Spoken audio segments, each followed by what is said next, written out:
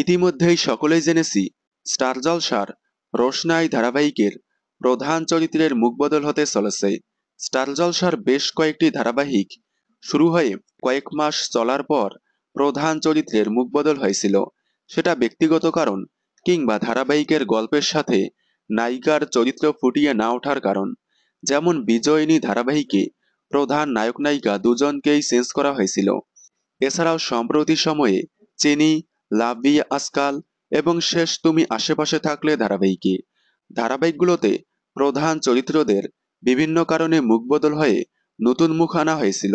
এবার ঠিক রোশনাইয়ের সাথেও সেরকমটাই হতে চলেছে। ধারাবাহিক থেকে সরে যাচ্ছেন অভিনেত্রী অনুষ্কা গোস্বামী। নিজের অসুস্থতার জন্যই ডাক্তার তাকে বেড রেস্ট নিতে বলেছেন। এই অবস্থায় সিরিয়ালের শুটিং করা তার পক্ষে সম্ভব নয়, তাই ধারাবাহিক থেকে সরে যাচ্ছেন তিনি।